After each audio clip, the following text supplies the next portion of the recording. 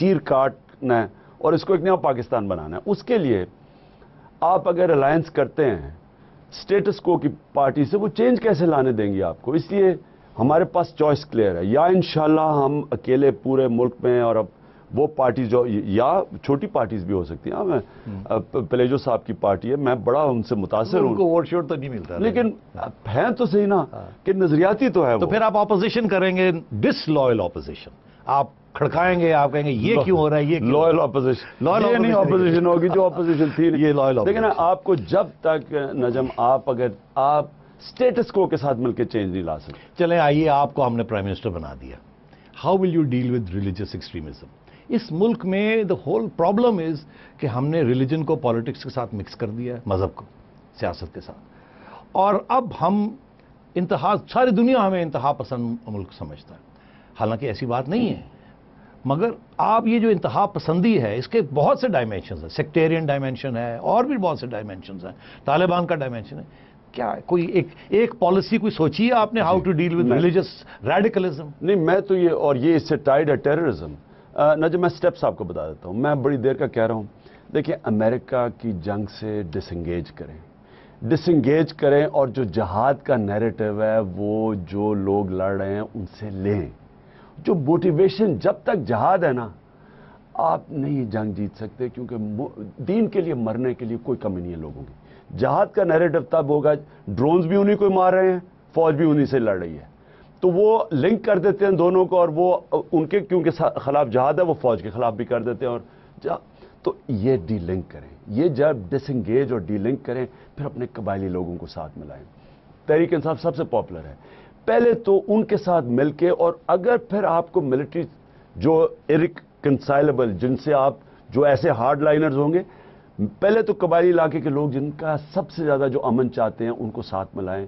وہ 8-9 لاکھ لوگ ہیں, تو اگر ان کی ایڈ میں پھر فوج کو استعمال کریں. تو مطلب آپ کا کہ ڈرون ختم بھی ہو جائیں گے, مسئلہ تو رہے گا, مگر پھر بھی بات چیت کے ساتھ مسئلہ حل کرنا, کیونکہ مسئلہ ایسے نہیں ختم ہوگا جس دن. نہیں, یہ نجم, میں آپ کے سامنے واضح کرنا چاہتا ہوں, یہ پاکستان کا دن بدن بڑا مسئلہ بنتا جا رہا ہے. یہ کوئی آسان کام نہیں ہے, لیکن طریقہ اس کا یہ ہے, ڈس انگیج, جہاد کا نیریٹو ختم کریں, قبائلی لوگوں کو ساتھ ملائیں. جب آپ قبائلی علاقے سیٹل کریں گے, پھر یہ جو باقی گروپس ہیں ان کو آپ آئسولیٹ کر کے, کئی ہوں گے ریکنسائل, کئی نہیں ہوں گے. ٹروتھ اینڈ ریکنسیلیشن کریں قبائلی علاقے میں, آپ ایونچولی آپ ان کو آئسولیٹ کر کے آپ جنگ جیت سکتے ہیں. لیکن آپ سب کو اکٹھا کر کے یہ تو چلتا جائے گا کام. یہ جو ایک پرسیپشن کریٹ ہو گیا یہاں بھی اور آؤٹ سائڈ دا ورلڈ بھی, کہ you are anti west, you are anti American, as a passion, not logically but irrationally. یہ کیا, واٹ از آل دس؟ میں اینٹی امیریکن نہیں, میں پرو پاکستان ہوں. میں امریکہ کی جنگ کو اپوز کیا کیونکہ میرے خیال میں پاکستانیوں کے لیے تباہ کر رہی تھی. صحیح ہے. میں اس لیے نہیں تھا, میں نے ساری دنیا دیکھی ہوئی ہے, امریکہ کے لوگ دیکھے ہوئے ہیں, ان کو آدھوں کو تو پاکستان ہی نہیں پتا. تو ایسے کسی ساری قوم کے خلاف ہو جانا, ہندوستان میں مجھے شاید ہی کسی پاکستانی کو اتنا پیار ملا ہو جتنا مجھے ہندوستان میں ملا ہے. قوم کے لوگوں کے کیسے خلاف ہو سکتے؟ Dialogue, trade, discussion, everything with America, with the West, all the rest of it. دنیا میں سب کے ساتھ تعلقات ٹھیک کریں, اپنے نیبر سے سب سے پہلے ٹھیک کریں, لیکن جو آپ کی فورن پالیسی ہو اس کے فارمز پاکستانی عوام کی بہتری کس میں ہے, وہ فورن پالیسی بنے. ٹھیک ہے. یہ آخری سوال فار دس لاسٹ سیکشن, یہ گگلی ہے, گگلی آ رہی ہے. Dream team of Imran Khan, which is the dream team? Who is part of this dream team if you become Prime Minister? دیکھیں, ابھی کیونکہ وہ ٹیم ایوالو ہو رہی ہے, لیکن یہ نجم میں آپ کو یہ کہہ دوں کہ ٹیم بلڈنگ میری طاقت تھی. میں ابھی بھی, مجھے اتنا فخر ہے, کرکٹ ٹیم چھوڑیں جو میں چھوڑ کے گیا تھا, پاکستان کی تاریخ کی بیسٹ ٹیم تھی. وہ میچ فکسنگ میں نہ ہوتی, 10 سال دنیا کو رول کرنا تھا ان میں. اس کے بعد جو شوکت حرم کی ٹیم ہے, 3 سال میں 2 دفعہ best manage naan cooperate institution کی ایوارڈ جیتی ہے. ابھی میری جو نمل یونیورسٹی کی ٹیم ہے, آپ وہ دیکھیں, یہ جی تو پنجاب حکومت ہمیں زمین 3 سال سے زمین جو ہم نے پیسے دیے ہوئے نہیں دے رہی, ہم ہاسپٹل نہیں بنا سکتے. یہ انشاءاللہ ہم ابھی, یہ 3 مہینے کی بات ہے, یہ میری جو پیشن ہے وہ میری یونیورسٹی ہے. لیکن انشاءاللہ یہ پالیٹکس میں ٹیم بن رہی ہے, یہ ہے ڈریم ٹیم. یہ ٹیم بن رہی ہے؟ بن رہی ہے کیونکہ کتنے لوگ ہو گئے ہیں؟ 10-15 کتنے اکٹھے اس کے اندر میں نام تو آپ نہیں بتائیں گے. میں نے 9 جو ہیں وہ تو میں نے چن لیے ہیں. 9 پیارے. ابھی میں نے 9 اور لے کے آنے ہیں. 18. اور آپ وعدہ یہ نبھائیں گے کہ 18 سے زیادہ کی cabinet? 18 ministries. Excellent. Thank you. Welcome to the last section. ناظرین، last section, some personal questions, friendly. Stay with اس.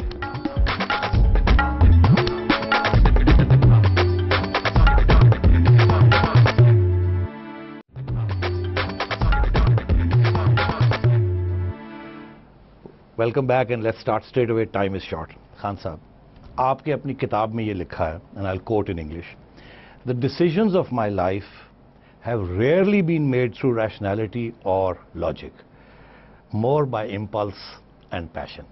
اب اس کا اردو کا ترجمہ یہی ہے کہ لاجک شاجک اپنی جگہ پہ، مگر میں جذباتی آدمی ہوں اور میں نے اپنے جذباتی فیصلے کیے ہیں. Is that still valid? Idealist ہوں، خواب دیکھنے والا آدمی ہوں. مگر ریئلسٹک ہوتے جا رہے ہیں، پریگمیٹک ہوتے جا رہے ہیں آپ. نہیں، لیکن خواب بڑی ہوتی ہے، پھر اس کو زمین پہ لانے کے لیے آپ کو میری کرنا پڑتا ہے، پریگمیٹزم اور اپنی پھر آئیڈیلزم کو مکس کرنا پڑتا ہے. کوئی نہیں تو کوئی کامیاب نہیں ہو سکتا. یعنی کرکٹ میں بڑا خواب ہوتا تھا، لیکن پھر میں پاگلوں کی طرح محنت کی. پالیٹکس میں کسی نے وہ پالیٹکس نہیں کی نجم جو میں نے کی ہے یہاں.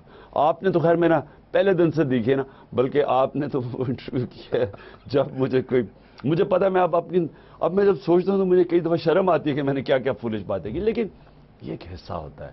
مار کھاتا ہے آدمی، غلطیاں کرتا ہے آدمی، سیکھتا ہے. لیکن کسی کے وساکیاں لے کے نہیں آیا، اپنے پیر پہ کھڑا ہوا ہوں. میں نے کوئی دنیا میں ایسا کام نہیں کیا جو میں کسی کے کندھے پہ چڑھ گیا. تو اس میں بڑی سوچ ہوتی ہے، بڑا خواب ہوتا ہے، لیکن خواب سے پیچھے نہیں ہٹتا. اس کو پھر پریکٹیکل پہنچنا کیسے ہے، کمپرومائزز اس کے پہنچنے کے لیے کرتا ہوں. تو اب مجھے جو نظر آتا ہے کہ پیشن ہے آپ میں، مگر امپلس آپ نے اب اس کو روک لیا، امپلس کو. اب یہ جو ڈاکٹر قادری والا تھا، یہ امپلس تو آپ کا یہ ہوگا چھلانگ مارو، ایسی کی تیسی کرو، مگر پھر آپ نے اپنے آپ کو روکا کہ نہیں، ون میں بھی نیگیٹو. تو مجھے لگتا ہے ایسے ہے کہ آپ ریشنل اور لاجک کی طرف اب جھکاؤ بڑھتا جا رہا ہے، اور آپ کی جو پیشن وہ اپنی جگہ پہ ہے، مگر امپلسو بیہیویئر آپ کا کم ہوتا جا رہا ہے. Is that correct? نہیں نجم، امپلس تو ہے، لیکن ایکچولی میں کبھی بھی کوئی فیصلہ نہیں کرتا جب تک ہم مشاورت نہ کریں. یعنی ہم نے جنرل مشرف کے ریفرینڈم میں سپورٹ کیا، 1.5 دن بیٹھ کے سی ڈیبیٹ کرتی رہی. مجھے 2 ایگزامپلز دیں جہاں آپ چاہتے تھے کہ ہم ایک چیز کریں مگر آپ نے مشاورت کی تو پھر آپ کو اپنا رائے تبدیل کرنی پڑی. گیو می 2 کوئک ایگزامپلز، ابھی ریسنٹ ایگزامپلز، تاکہ لوگوں کو احساس ہو کہ آپ کا پیشن کہاں لے جا رہا تھا اور ریشنلٹی کہاں. میرا پیشن تو جب میں نے وہ کراؤڈ دیکھا اسلام آباد میں اور میرے نوجوانوں سے کالیں، میرا فون بھرا ہوا، میں صبح گیا اس سوچ کے میں بھی اور بھی جاوید ہاشمی جیسا سیزن وہ بھی کیا کہ اب ہم نکلیں. لیکن پھر جب ہم نے ساری چیزیں دائرہ کی، ہم نے چینج کیا.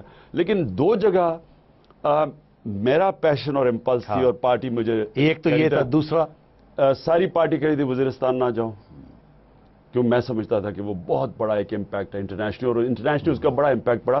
برٹش پارلیمنٹ نے بائی دا وے مجھے بلایا اب کہ ڈرونز کے اوپر برطانیہ کے ایم پیز کو میں اپنی دوں. اور دوسرا یہ تھا جب ہم نے لاہور کا جب جلسہ کیا تو میں نے جب کراچی کا کہا تو ہماری 90% لوگوں نے کہا کہ نہ کرو، اتنی بڑی گراؤنڈ کراچی میں کیسے بھریں گے، اگر اتنا کامیابی کے بعد اگر وہ فیل ہو گیا تو کیا ہوگا. تو میں نے کہا اگر کامیاب ہو گیا تو کیا ہوگا. چلو، آپ نے اپنی کتاب میں ایک اور بڑا دلچسپ جملہ ہے. آپ نے کہا کہ ہم نے قائد اعظم محمد علی جناح کا جو راستہ انہوں نے ہمیں بتانے کی کوشش کی وہ فالو نہیں کیا. اور آپ کے لفظ ہیں وی بلٹ آر اون ٹارمنٹڈ ہسٹری. یہ آپ کے لفظ ہیں. ہم نے اپنی دکھ والی ہسٹری خود ہی بنائی ہے. کون سی ٹارمنٹڈ ہسٹری؟ ہمیں ایگزامپلس دیں، ہم نے کیا غلطیاں کی ہیں؟ ٹارمنٹ کیا ہے؟ ہم نے جو اپنی تاریخ لکھی ہے کیا غلطیاں کی ہیں اس میں؟ موٹی موٹی بات. ہم نے سب سے بڑی غلطی کی کہ جمہوریت جو چل رہی تھی اس کو ہم نے انٹرپٹ کر دیا.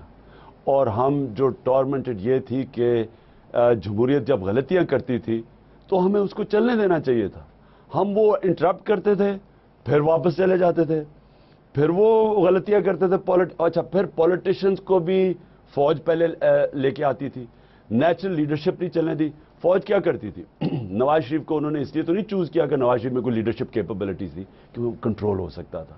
جو کنٹرول ہو سکتا تھا اس کو وہ آگے لاتے تھے، جو کنٹرول ہو سکتا تھا وہ لیڈر باری نہیں سکتا. لیڈر تو نہیں کنٹرول، لیڈر بائی ڈیفینیشن اپنے نظریے تو سے ایک تو یہ ہو گیا جمہوریت کو ڈیریل ہو گئی اور وہ چلنے نہیں دی. تو ٹارمنٹڈ ہسٹری اور اس کے علاوہ ایسٹ پاکستان سے جو ہم نے ظلم کیا، میرا مطلب ہم نے ان کو ایک کالونی کی طرح کیا جو ہم بلوچستان سے بھی کر رہے ہیں، وہ بہت بڑا ظلم کیا ایسٹ پاکستان. کتنی بڑی پاور ہوتے اگر ہم فیڈریشن بن جاتے ایسٹ پاکستان کے ساتھ. میں نجم 1989 کے اندر میں نے ایک ہندوستان کے ساتھ ایگزیبیشن میچ کھیلا اور ہم جیت گئے ڈھاکہ اسٹیڈیم میں.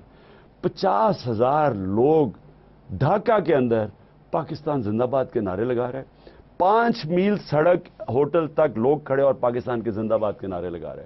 تو میں نے سوچا ہم نے کتنا ظلم کیا ان لوگوں سے کہ ہم یہ ہمارے بھائی تھے، ہم نے ان سے زیادتی ظلم کر کے ناانصافی کر کے ان کو دھکیلا دوں. اسی کانٹیکسٹ میں ایک چیز میرے ذہن میں آ رہی ہے.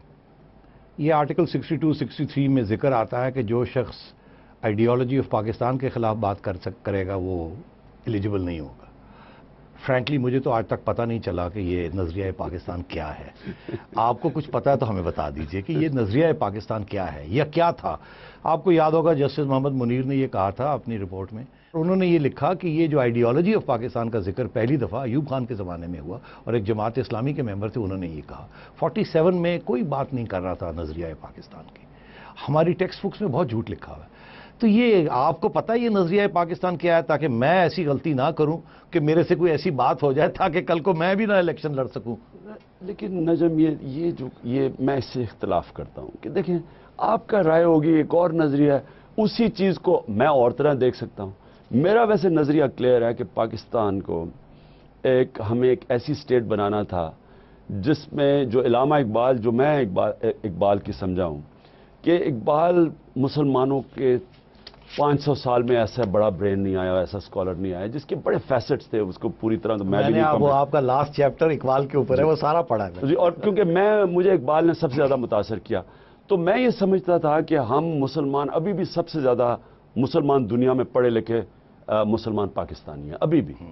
اگر ہم اس کو ایک ڈیموکریٹ ایک ویلفیئر سٹیٹ بناتے جس میں ہیومن اور جسٹس ہوتا تو ساری مسلمان.